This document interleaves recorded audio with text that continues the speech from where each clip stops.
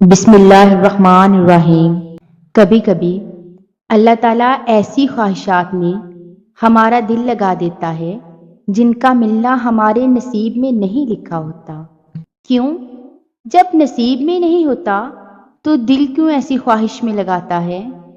کیوں اس چیز کو ہم سے اتنے فاصلے پر رکھ دیتا ہے کہ جتنا ہم اسے پانے کی دعا کرتے ہیں وہ اتنی ہی دور محسوس ہوتی ہے؟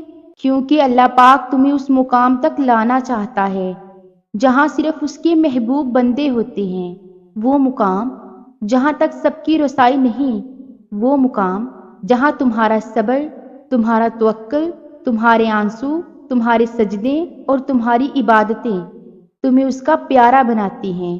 اور ہر کوئی تو اس کا پیارا نہیں ہوتا نا، اور تب اپنے لیے مانگتے مانگتے تم اس راستے کو چل پڑتے ہو جس کے آخر پر وہ تمہارا منتظر ہے۔ یہ وقت آزمائش کا ہے، تمہاری آنکھیں راتوں کو گیلی ہوں گی، دل ہزار بار ٹوٹے گا، صبر آزمایا جائے گا، امتحان میں ڈالے جاؤ گے، لیکن یہ وقت بھی گزر جائے گا۔ ہر مشکل کے ساتھ آسانی ہے، تو یہ مشکل بس تھوڑی سی ہی باقی رہ گئی ہے۔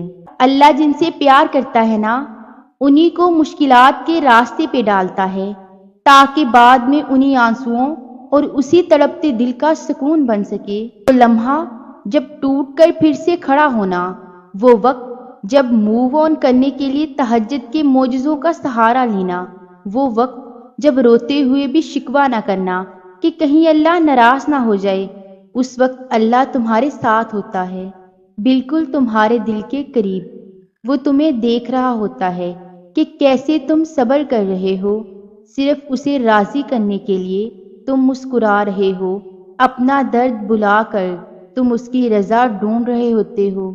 ابھی بھی تمہیں لگتا ہے کہ تمہاری دعاؤں کی قبولیت میں وہ دیر کرے گا؟ 70 ماؤں کی محبت بھی جس کی محبت کا مقابلہ نہیں کر سکتی۔ اللہ کو پانے کا سفر آسان ہوتا تو حضرت یعقوب کی آنکھوں کی روشنی نہ جاتی۔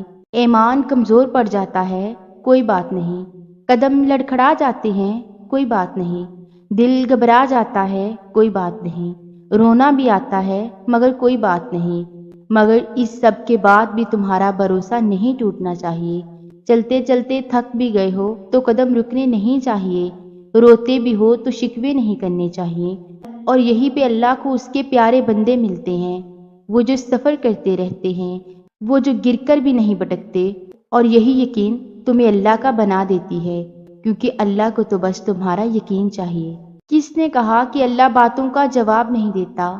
کس نے کہا کہ وہ ہماری طرف متوجہ نہیں ہوتا؟ کس نے کہا کہ وہ ہم سے دور ہے؟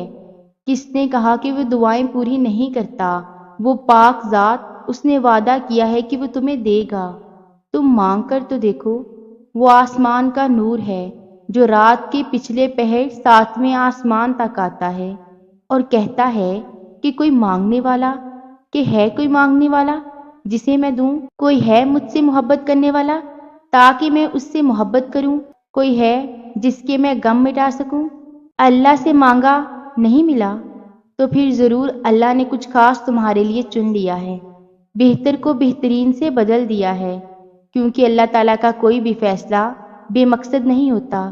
کچھ چیزیں وہ ہمیں مانگنے سے پہلے عطا کر دیتا ہے، اور کچھ چیزیں شاید ہمارے نصیب میں نہیں ہوتی، کیونکہ یہ اسی کی مصلحت ہے۔ صرف وہ جانتا ہے کہ ہمارے لیے کیا اچھا ہے اور کیا برا۔ ہم اس سے شکوہ نہیں کر سکتے کہ ایسا کیوں کیا، ہمیں بس اس کی مصلحت پر بھروسہ کرنا ہے۔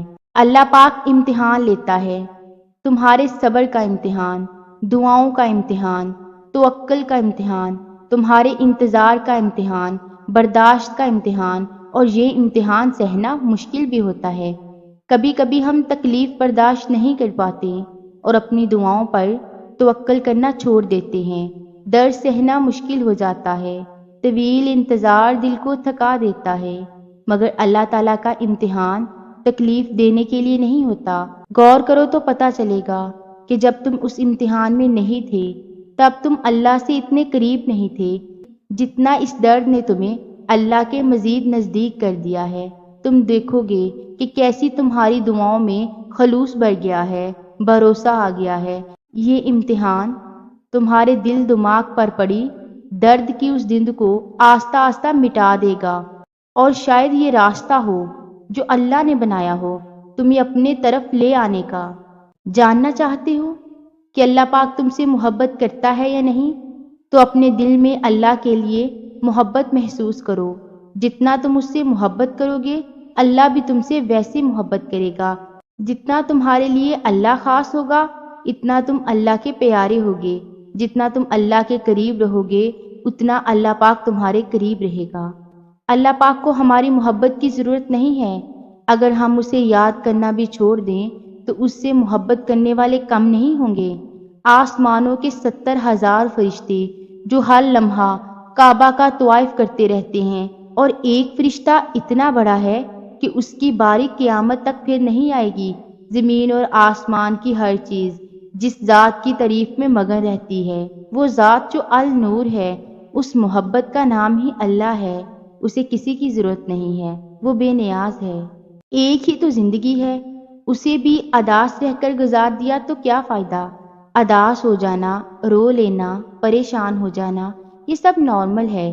صحیح ہے کہ بعض اوقات حالات ہمارے کنٹرول میں نہیں ہوتے، آنسو روکنا ہمارے بس میں نہیں ہوتا، دل گھبرا جاتا ہے، ہمارے بس میں نہیں ہوتا، لیکن ایسی سچویشن کو اللہ کی رضا اور زندگی سمجھ کر بھول جانا، اگنور کر دینا، یہ ہمارے بس میں ضرور ہوتا ہے۔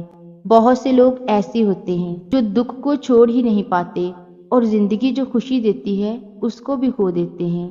خوشی اور غم زندگی کا حصہ ہے اور یہ ساتھ ساتھ ہی چلتے ہیں، لیکن ان غموں کو دل میں بسا لینے سے زندگی نہیں گزاری جاتی۔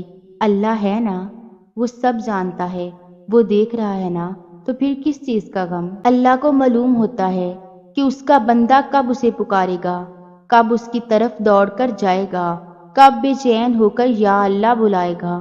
وہ انتظار کر رہا ہوتا ہے تمہارا۔ کبھی سنی ہے ایسی محبت جو فجر سے ذرا پہلے 7ویں آسمان پر نور کی مانند ہوتی ہے، خود پکارتی ہوئی دعائیں قبول کرنے کے لیے تمہیں بلاتی، اور تب جو اس کی آواز پر لبیک کہہ دیتے ہیں ان کے لیے وہ اللہ سے میرے پیارے اللہ بن جاتا ہے۔